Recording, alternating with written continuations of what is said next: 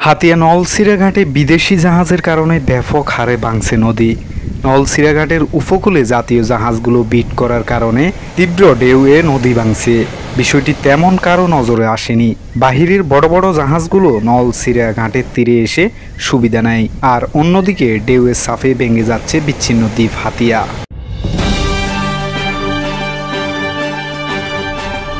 Hatiya new, সারা দেশের কথা সব সময়।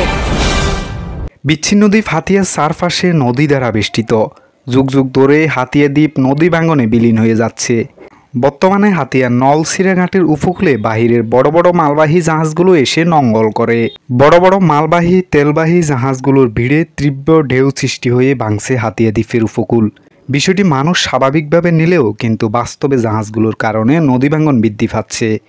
দেশের বিভিন্ন বন্দর থেকে আসা এই সকল মালবাহী জাহাজগুলো হাতিয়ার কোনো কাজেই আসে না, বরং হাতিয়ার ক্ষতি হচ্ছে। এ সকল জাহাজগুলো হাতিয়ার উপকূলে থাকলে হাতিয়াতে নদী ভাঙন আরও বৃদ্ধি পায়। হাতিয়ার উপকূলে এই সকল মালবাহী জাহাজগুলো তীর থেকে না সরালে হাতিয়াতে নদী ভাঙন বৃদ্ধি পাবে। প্রশাসন সহ সকলের দৃষ্টি আকর্ষণ খুবই জরুরি। আপনি কি হাতিয়া নিউ চ্যানেলে নিউজ পাঠাতে চান?